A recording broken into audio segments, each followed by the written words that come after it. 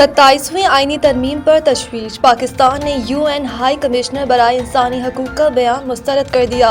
दफ्तर ख़ारजा का कहना है कि पाकिस्तान की पार्लियामेंट की मंजूर करदा 27वीं आईनी तरमीम पर अक़वाम मुत्तहिदा की बेजा तशवीश नाक़ाबिले फ़हम है। पाकिस्तान दफ्तर ख़ारजा ने कहा कि आईनी तरामीम अवाम के मुंतखब नुमाइंदों का मुकम्मल इख्तियार है। जमहूरी तरीक़ाकार का एहतराम होना चाहिए। पाकिस्तान इंसानी हकूक़, इंसानी वक़ार, बुनियादी आज़ादियों, कानून की हुक्मरानी के तहफ़्फ़ुज़ के अज़म पर कायम है। दफ्तर ख़ारजा के बयान में अफसोस का इजहार करते हुए कहा गया कि पाकिस्तान का मौक़िफ़ और ज़मीनी हक़ाइक़ अक़वाम मुत्तहिदा के बयान में शामिल नहीं किए गए। UN हाई कमिश्नर खुद मुख्तार फ़ैसलों का एहतराम करें और सियासी तासुब और गलत मालूमात पर मबनी तबसरों से गुरेज करें। याद रहे कि अक़वाम मुत्तहिदा के इंसानी हकूक़ के कमिश्नर ने अपने बयान में कहा था कि पाकिस्तान ने जल्दबाजी में मंजूर की गई आईनी तरमीम अदलिया की आज़ादी को कमज़ोर करती है। वल्कर टर्क ने एक बयान में मिलिट्री एहतसाब से मुताल्लिक़ भी तहफ़्फ़ुज़ात का इजहार किया था। पाकिस्तान फ़ौज गज़ा भेजने के लिए तैयार है, लेकिन हमास को गैर मुसल्लह करना हमारा काम नहीं।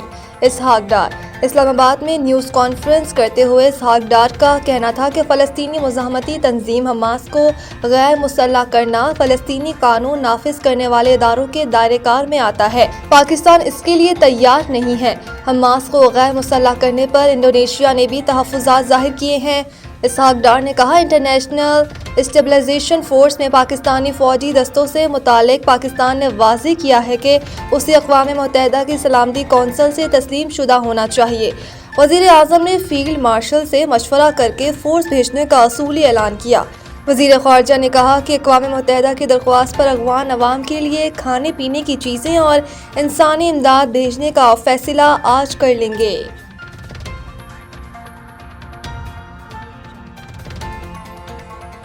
FBR रवा माह टैक्स हदफ हासिल करने में नाकाम। FBR ज़राए के मुताबिक फेडरल बोर्ड ऑफ रेवेन्यू को नवंबर 2025 में अब तक मजमूई तौर पर 885 अरब रुपए की अबूरी खालिस टैक्स वसूली हुई है, जो 995 अरब रुपए के मुकर्ररा हदफ से 100 अरब रुपए की कम है।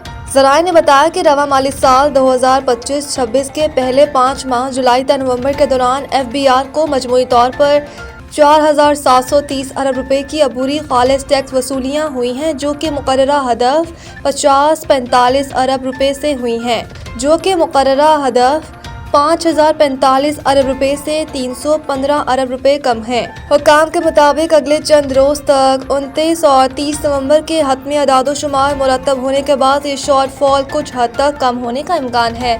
ज़राए का कहना था कि FBR अगले माह दिसंबर 2025 के लिए टैक्स वसूली का हदफ 1406 अरब रुपए मुकर्रर कर रखा है।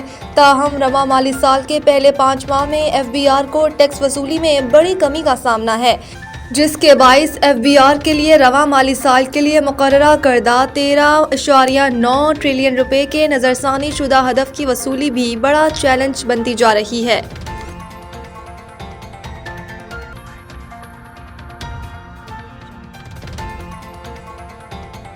पीपल्स पार्टी का यौम तासीस। सदर ममलिकत का पार्टी के बानी रहनुमा को खराजी अकीदत। पाकिस्तान पीपल्स पार्टी के 58वें यौम तासीस पर अपने पैगाम में सदर ममलिकत आसिफ अली जरदारी ने जुल्फ़िकार अली भुट्टो शहीद और बेनज़ीर भुट्टो को खराजी अकीदत पेश करते हुए कहा कि पीपल्स पार्टी की जदोजहद ने पाकिस्तान में जमहूरियत को मजबूत किया। अमरीत के खिलाफ मुज़ाहमत और अवामी हकूक़ की बहाली पीपल्स पार्टी का तारीख़ी कारनामा है। उन्होंने कहा कि 1973 का मुतफ़क्का आइन भुट्टो शहीद का तारीख़ी तोहफ़ा है।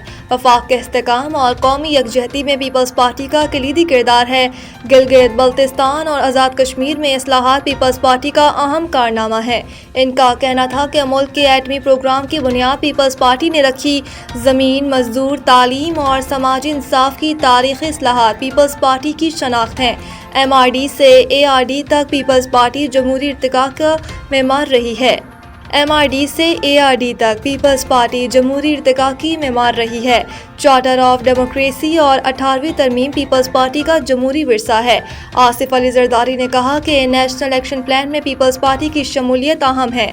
पीपल्स पार्टी हमेशा मजदूर, किसान, खातीन और अक़लियतों की आवाज़ रही है। महरूम तबकात की शमूलियत पार्टी की मिशन का मरकज़ है।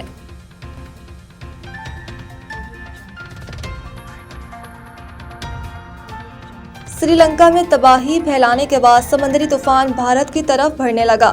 میڈیا رپورٹس کے مطابق سمندری طوفان دیوتا آج بھارت کے ساحلی علاقوں سے ٹکرانے کا امکان ہے۔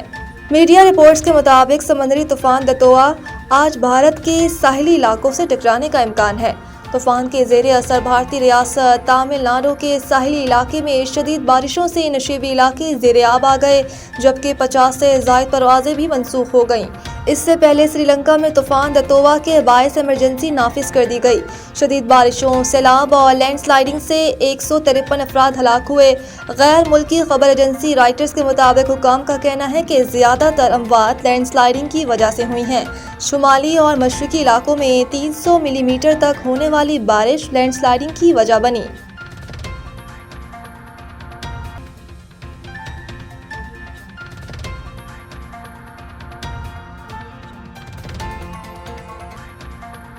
پاکستان کے لیجنڈ ٹینس سٹار اسام الحق ریٹائر ہو گئے۔